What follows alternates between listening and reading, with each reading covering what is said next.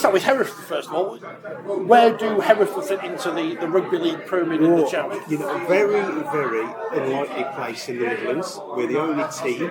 We play in the Championship. We got promoted last year, and to be quite honest, we kind of fulfilled the whole spectrum from winning the actual West League and then getting to the semi-finals and then falling short to Brexit. But to be quite honest, it was a great ride. You know, we were just there to make sure we didn't get relegated back down into the regional leagues, but to stay in the Championship. So an enjoyable season. It was probably one of the best seasons we've had, to be quite honest. Everything just came together. How does that build into 2025? Hopefully some of the same again.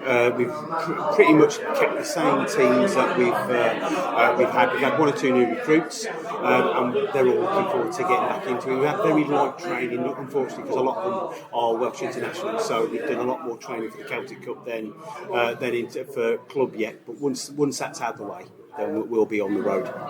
How does Wheelchair Rugby League end up in Hereford? Because it's a huge way. Because how these sport, as a small part of a minority sport, how did it end up somewhere? You know what? It actually originally started from a wheelchair basketball club that was set up by a young man, Tom, and literally evolved into another sport, and then another sport, and rugby league came along, and they went, "Oh, we love this," and that was it.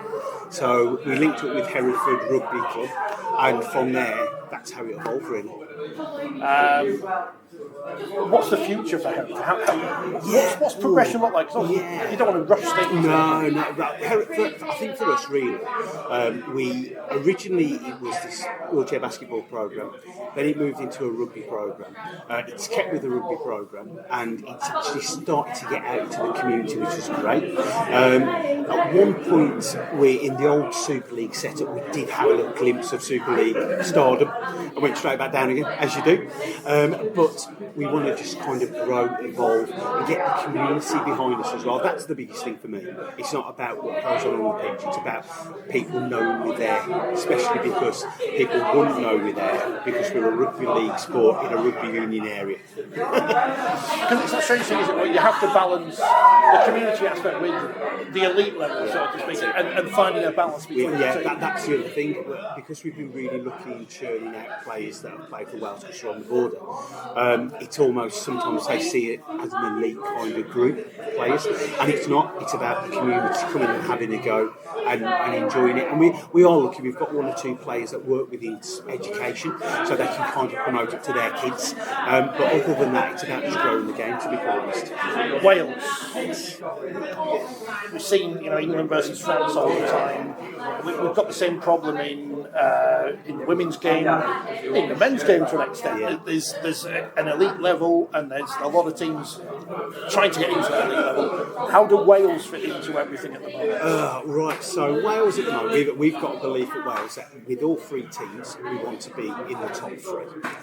For a long time under Steve Jones, he worked his socks off to try and get us there over the 10 years he was in charge. Again, very grateful to be able to play under him and all the accolades that I kind of gone with it, but they've kind of gone in the box now. I took over 2 years ago from him, and it was that transition phase, and we were really lucky. The first competition that we had for the Celtic Cup, we kept the nucleus of players. Then we had that lovely big USA tour, which was a great big first massive tick box. Again, we were all self-funded, so when it came to the last year's Celtic Cup, we almost needed to bleed a whole new team, and that's really where we were. We were kind of looking at what can we do for the future, what is the growth of the sport in Wales itself, and we're very lucky. We've got a development league, so a lot of the players from the development league actually stepped up and played international competition. We had a few seniors that were able to continue playing. The likes of Jody had a bit of time out, Gary had a bit of time out, but then this year, because we haven't had this massive tour, we're back to kind of being a squad again, but we've increased the squad, and we haven't just got that 10 anymore.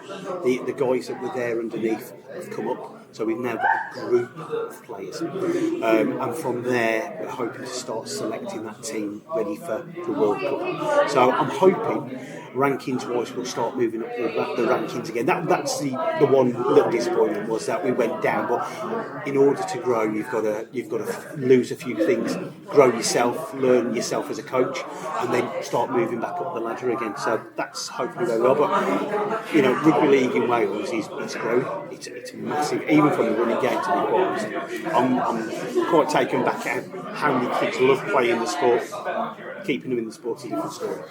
The Celtic Cup coming up, end of May, I think Jody told me earlier. Yeah, that's right. 24th of May, South Wales. So back home, which will be great. Yourself versus Ireland versus Scotland. How important is that competition, and how do we grow interest in that from outside of rugby? Yeah, no, it's a really good competition. Again, heritage of it was that when the first World Cup festival that I ever attended as a player and a coach was that it was the Welsh side of things. We were just that little bit more developed. Things change over time, and then we got involved a couple of years later, so there was a three-way competition internationally. And yes, we have dominated it, and that's fair enough, that's great. But also Ireland is starting to come through because Phil's now in charge of Ireland. Also Scotland are starting to develop as well. So for us as three nations that don't really get very much competition, it's quite a big competition for us. And yes, you can say bragging rights are there, but really it's about growing and developing players for what the world stage is when the World Cup comes along. And if we can get a game in between, that would be absolutely brilliant. That's the next question. Yeah. How do we get Wales, Scotland, Ireland to play England and France more regularly? Because as much as it'd be nice to play Australia, New Zealand, we've just seen them playing their first game. No. Quite a bit of a distance to go and play them. I think this is it. I think the factor is that you've got Australia that were just there. Now they've got New Zealand. That's going to be a competition over time, which will be lovely for those guys. I think tours are going to have to start thinking about it. Obviously, England are going over to Australia, which is great. I think that's a fantastic idea because it's testing vents, it's testing the waters of the World Cup the following year. And unfortunately, the little old countries underneath, they need to start working it out as well. But hopefully, Australia got a taste of Wales, and I know they're really keen to come to our island. So it'd be nice to see if they could maybe come along, play Wales, play Scotland, play Ireland, and possibly even play France if they wish to do that. I think a long-term idea would be that if the winner of the Celtic Cup each year maybe played France, that would be a great thing. Or England, but I think it's going to be more France like to have another competition for their B team.